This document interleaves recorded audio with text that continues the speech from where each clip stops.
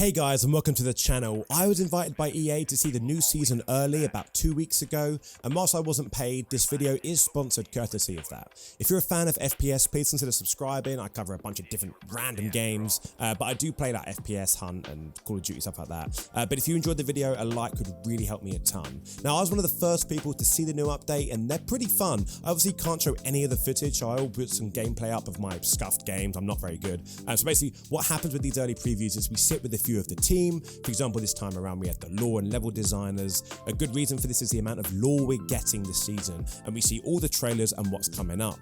After seeing everything and the heavy focus on lore, it does worry me is when you boil it down, the amount of content that we're getting this season might not be enough to save it. However, before I break it down, I just want to mention that we don't see everything that's coming out in the new season because it would take hours to go through it all, but we do see the majority. They mentioned the patch notes drop the day before the update, so we'll get a lot more information then. Make sure to let me know in the comments below what you're looking forward to, what you're not looking forward to, and if Apex has gone too far the wrong way, that it can't be brought back and saved. But for now, let's break it down and tackle through each part.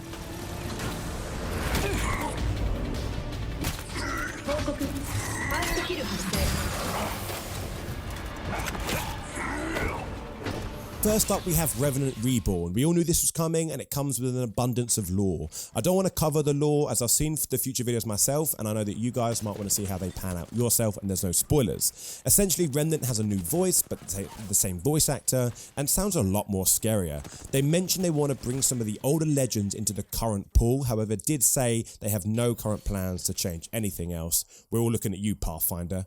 Remnant's new abilities have changed massively. His passive still has the fast moving whilst crouch and the insanely high wall climb, which has been changed to allow easier controlling. So you're not as open, I guess, when you're climbing around and walking around. However, it also highlights enemies that are low on health, which I'm not a massive fan of. The amount of tracking we have in this game already is a bit too crazy for me, but I'm not a fan of yet another one coming into the mix. Remnant also has a shadow pounce, which allows us to leap forward an incredibly long and high distance, and I cannot wait for this ability to come into action. This is really cool, and I think it could open up the floor when it comes to movement. Remnant's ultimate Forged Shadows puts a protective shadow around him and blocks damage. When the shadows are down, you get shot enough, you're then vulnerable, more vulnerable than when you don't.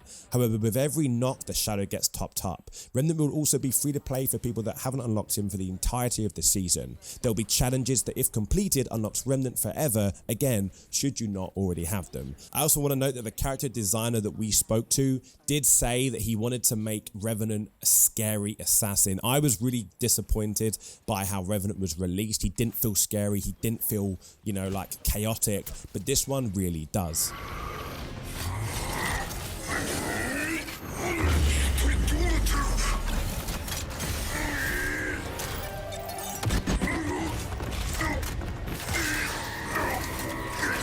In terms of gun choices, we have a few changes that we know. First up, and one of the more weird choices, the Peacekeeper will be getting disruptor rounds. Now, I don't really know how I feel about this. I think the Peacekeeper was already pretty OP, but we will see how it goes when it comes out. I assume we'll see a bolt change to counter this. The charge rifle has also been changed, and with that, a huge relief from every Apex player out there that isn't in the ALGS. The Nemesis and the Spitfire will be heading into the Replicator.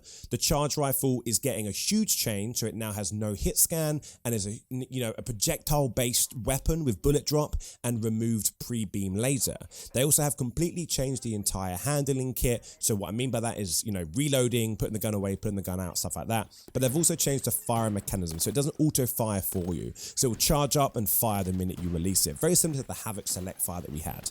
However, you can still beam people from across the map, and they have said that it still holds the crown for the most efficient at long range. The Prowler is in the care package and will indeed have select fire, which means it will be automatic like it was a few seasons ago. Really, really scary. It replaces the Hemlock, placing that back on the ground with a damage and recoil buff. The R99 is also changing its vertical recoil, and it will be increasing with its max ammo coming down. All SMGs will actually be taking a hit with a lowering of strafe speed as well as the headshot multiplayer. The reason for this is to bring shotguns into the close quarter combat meta, with the massive spread pattern getting, more condensed and being more powerful. I noticed my lights were flashing behind me. Now, because I was so in the element, I didn't notice, so I have changed them. I don't know how long they were flashing for, because obviously I'm not looking at the screen or anything, so let's hope they're not flashing for too long. Rank changes are coming. I found a lot of this confusing, but here is what I took from it. They're focusing on the current system and changing it to be harder to reach those higher levels. A quick listen has left me with the idea that they're going to extend the time it will take for you to get to those ranks. So instead of getting 100 ladder points, you'll be getting 50, which in my opinion isn't the fix we want. And again, what I've picked up, it may be very wrong. I'm not that smart, but that's what I've picked up from the conversation. So that may be wrong, but that's kind of the gist.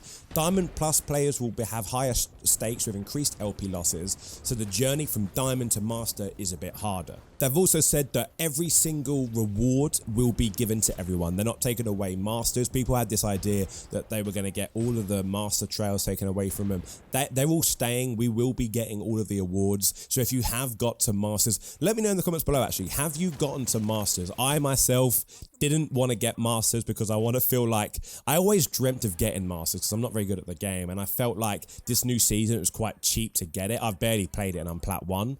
So I didn't want to hit Masters because I wanted it to mean something. But if this is the same system that they're using moving forward, I might just have to hit it and be, and kind of be done with it, But anyway, moving on, other changes we do have mixtapes coming to Broken Moon, which isn't a huge change. There hasn't really been much on it, so I have nothing really to say for it. As I don't really play mixtape, I don't find it fun. I'm quite a hardcore battle royale fan.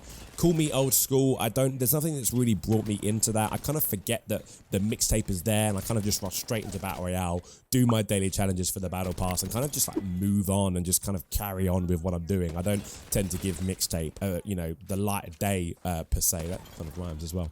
But anyway, guys, it's always really enjoyable for me to see the new season early. I do worry sometimes that when I see some of the changes, I do worry that people are going to not warm to them. So, for example, the disruptor rounds. As an example, the disruptor rounds on the Peacekeeper, to me, is quite worrying.